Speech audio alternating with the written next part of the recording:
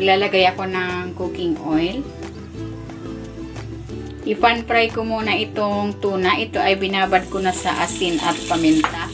Iginulong ko rin ito sa harina para hindi madurog habang niluluto.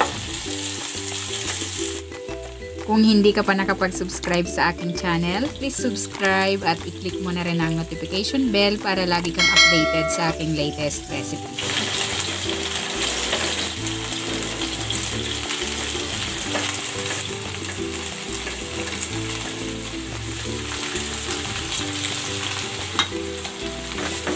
Ayan, okay na ito. Hanguin ko muna. Magigisa na ako ng bawang at ng luya.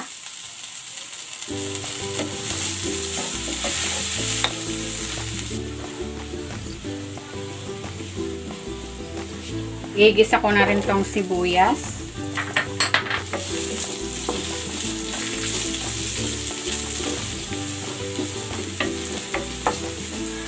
At ang bell pepper.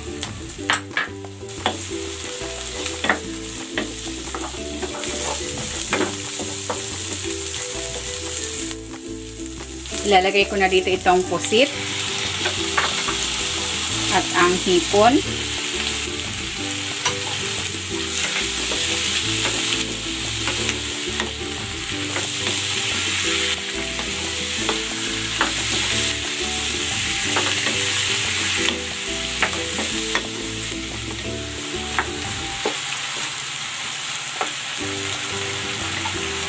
Titimplahan ko ito ng toyo, oyster sauce. Maglalagay ako ng Spanish paprika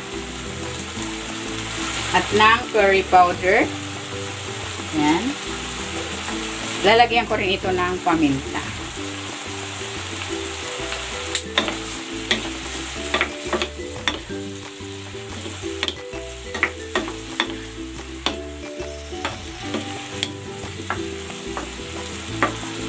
Ilalagay ko na dito yung tuna.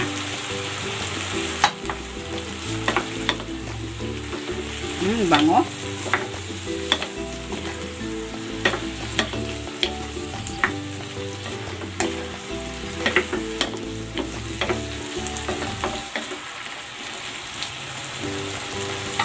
Ilalagay ko na rin itong onion leeks.